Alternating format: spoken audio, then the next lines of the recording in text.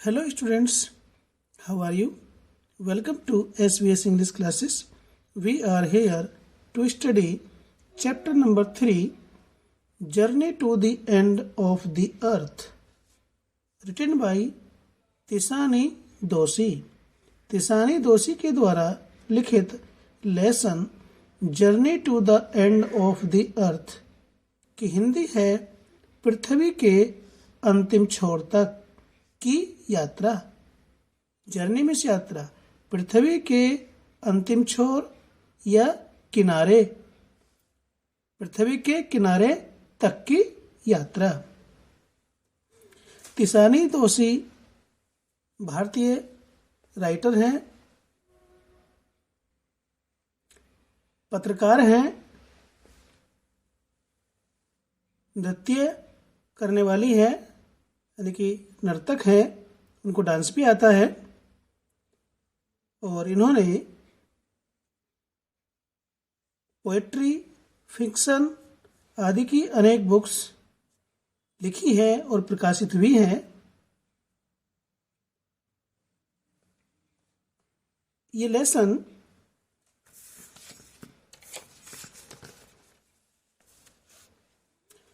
Lesson तिसानी दोषी की संसार के सर्वाधिक ठंडे, सर्वाधिक शुष्क यानी कि सूखा, सर्वाधिक झंझावती हवाओं वाले महाद्वीप की यात्रा का एक ज्ञानवर्धक वर्णन है, ज्ञानवर्धक चित्रण है। ऑथर तिसानी दोषी ने अपनी यात्रा मद्रास, जो वर्तमान में चेन्नई कहलाता है, से अंटार्कटिका के लिए अपनी यात्रा शुरू की और साथ में हाई स्कूल के विद्यार्थी वहाँ की परिस्थितियों की जानकारी, परिस्थितियों का अध्ययन करने के लिए भी साथ में गए। तो आइए पैसेज वाइज इस लेसन को हम हिंदी अनुवाद के माध्यम से स्टडी करते हैं। Early this year, I found myself aboard a Russian research vessel, the academic Sokolskiye, heading towards the coldest, driest, windiest continent in the world, Antarctica. Author कहती है कि अर्ली दिस ईयर, इस वर्ष के प्रारंभ में, आई फाउंड माई सेल्फ, मैंने अपने आप को पाया, अबोर्ड सवार, और रशियन रिसर्च वेसल, एक रूसी, रिसर्च कहते हैं अनुसंधान को, वेसल कहते हैं शिप को, एक रूसी अनुसंधान जहाज पर या पोत पर, जिसका नाम था एकेडमिक सोकल्स्किये। एकेडमिक सोकल्स्किये नाम के रूसी अनुसंधान पोत पर इस वर्ष के प्रारंभ में मैं सवार हुई। मैं कौन? तिसानी दोषी इस बात को कहती है। स्टूडेंट्स, किसी भी लेसन में जब फर्स्ट पर्सन दिया होता है, जैसे इसमें दे रखा है, तो ये खुद राइटर या ऑथर ही होता है।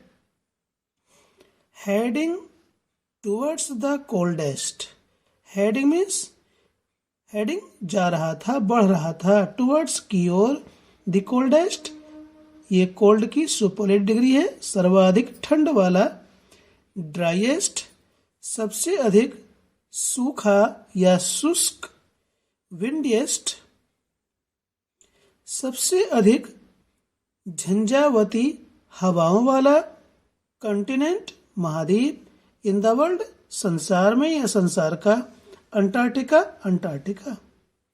और ये एकेडमिक सोकल्स्किये नाम का रूसी अनुसंधान पोत अंटार्कटिका संसार के सर्वाधिक ठंडे, सर्वाधिक शुष्क, सर्वाधिक झंझावती हवाओं वाले महाद्वीप की ओर जा रहा था।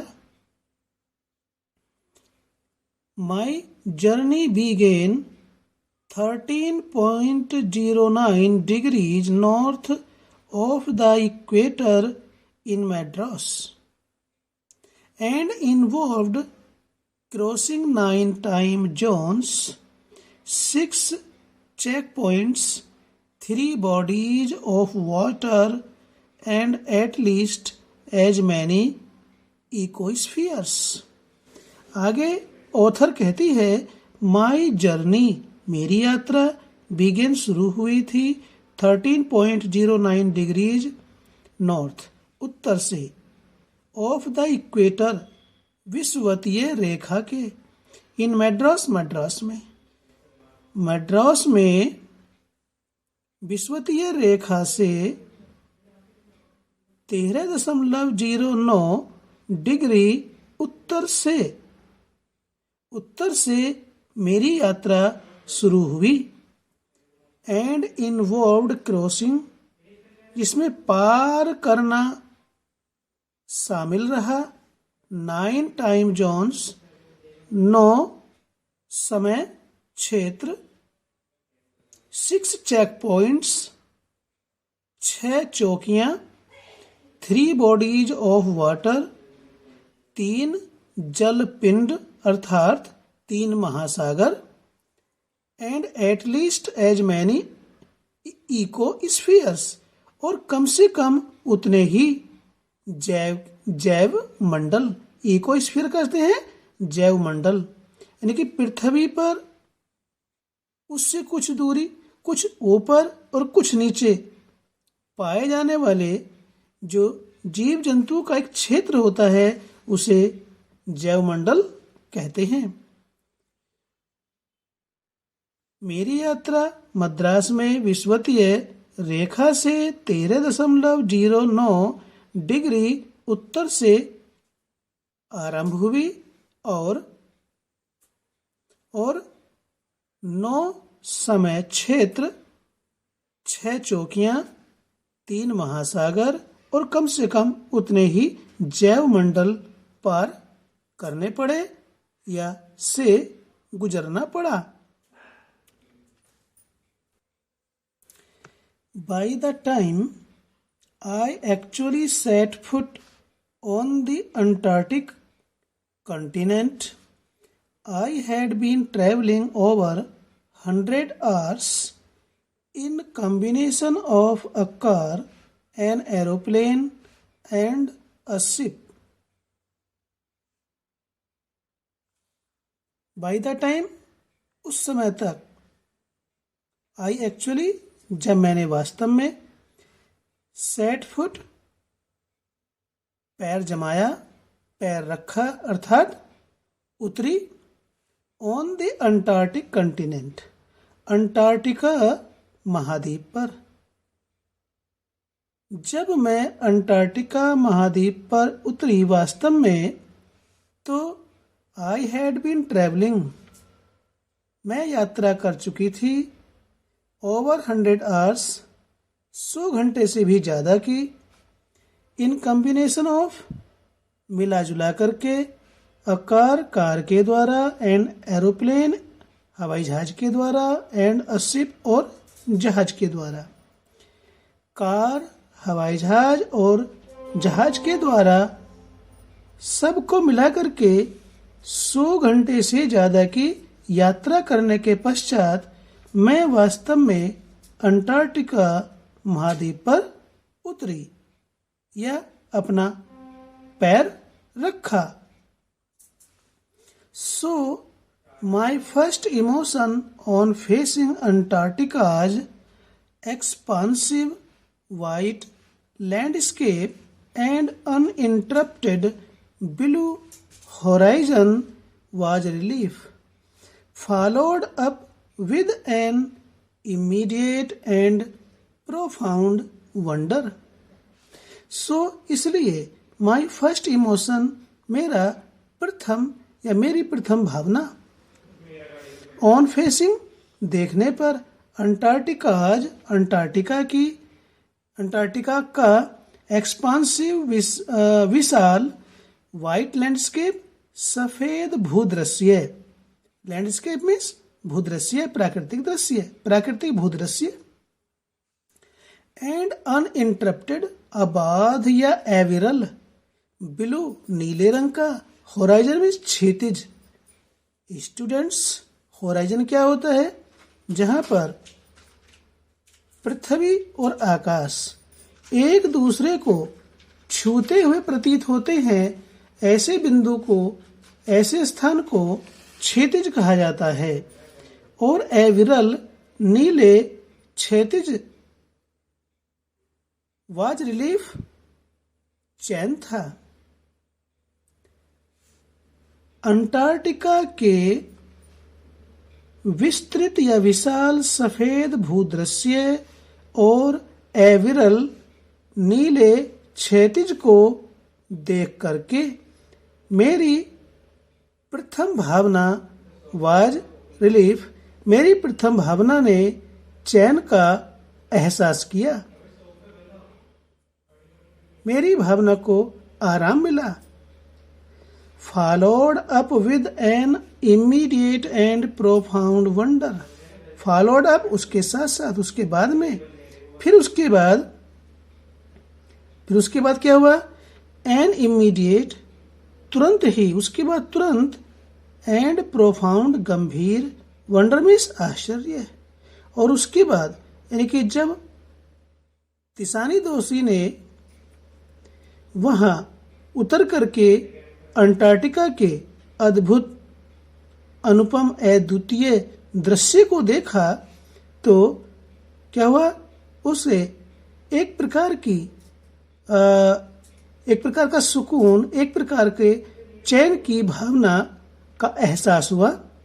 और उसके साथ साथ तुरंत ही एक गंभीर आश्चर्य भी उत्पन्न हुआ तिसानी दोषी को। Wonder at its immensity, it's isolation, but mainly eight how there could ever have been a time when India and Antarctica were part of the same landmass. आगे तिसानी दोषी कहती हैं wonder at its immensity, wonder means आश्चर्य, at its immensity, immensity means विशालता। किसकी विशालता?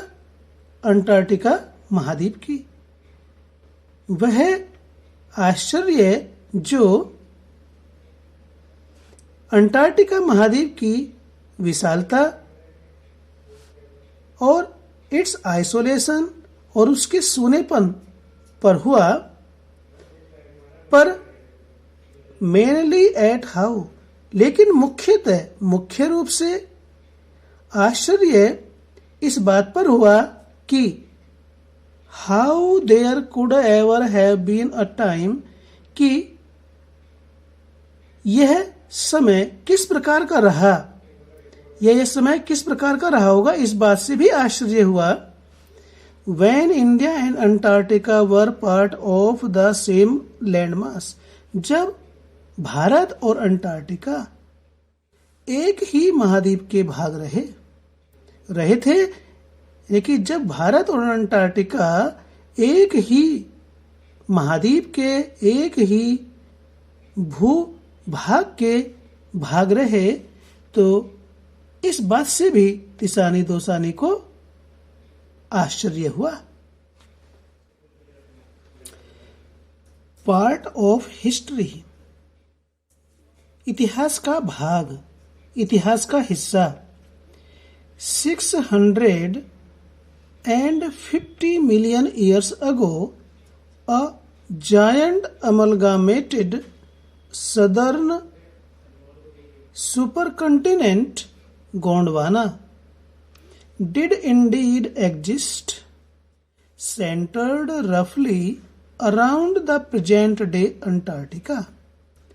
तिसानी दोषी कहती हैं कि 650 million years ago, 65 करोड़ वर्ष पहले, ए जायंट एक विशाल, एमलगामेटेड मीन्स एकीकृत, मिश्रित, मिला हुआ, विशाल एकीकृत दक्षिणी महाद्वीप गोंडवाना। 65 करोड़ वर्ष पहले एक विशाल एकीकृत दक्षिणी महाद्वीप Gondwana did Indeed exist. Indeed means वास्तव में, डिड एग्जिस्ट विद्यमान रहा। सेंटर्ड रफली around the present day Antarctica, और सेंटर्ड रफली अराउंड, रफली मीन्स लगभग, सेंटर्ड अराउंड आसपास रहा, आसपास था। द प्रेजेंट डे अंटार्कटिका, आज के अंटार्कटिका के लगभग आसपास था। यानी कि 65 करोड़ वर्ष पहले एक विशाल एकीकृत दक्षिणी महाद्वीप गोंडवाना वास्तव में अस्तित्व रहा और आज के आधुनिक या वर्तमान अंटार्कटिका के लगभग आसपास ही था। Things were quite different then. आगे तिसानी दोषी कहती हैं कि थिंग्स मीन्स चीजें, बातें या परिस्थितियां, वर क्वाइट डिफरेंट देन, उस समय बिल्कुल अलग थी। परिस्थितियां उस समय बिल्कुल अलग थी। Humans hadn't arrived on the global scene. Humans, Manav, had not arrived, अवतरित नहीं हुआ था, on the global scene, पृथ्वी पर। उस समय पर मानव या मनुष्य पृथ्वी पर नहीं आए थे। And the climate was much warmer.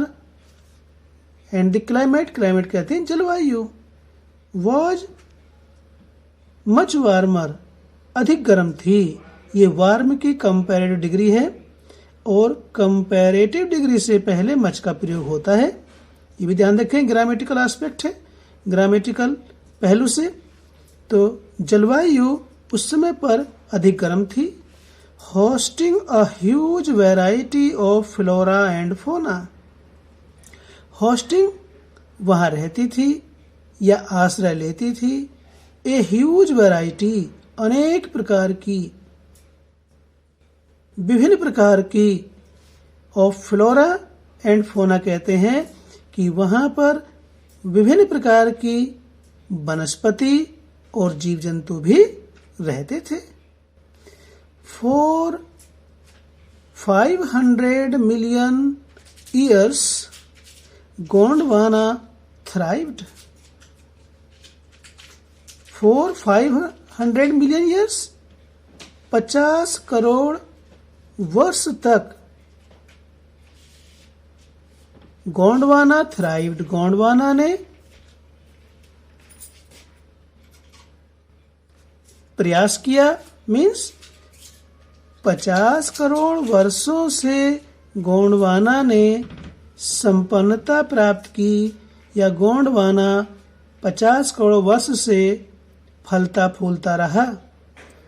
Gondwana 50 crore वर्षों तक फलता फूलता रहा, संपन्न रहा। बट परंतु around the time when the dinosaurs were wiped out and the age of the mammals got underway, the landmass was forced to separate into countries, shaping the globe much as we know it today. आगे तिसानी दोषी कहती हैं, but around the time, परंतु लगभग उस समय तक, या उस समय, यह उस समय की बात है, when, जब, the dinosaurs, dinosaur were wiped out, का मीनिंग होता है रिमूव्ड अवे। जब डायनासोर समाप्त हो गए, साफ हो गए, खत्म हो गए, पृथ्वी से उनका अस्तित्व समाप्त हो गया।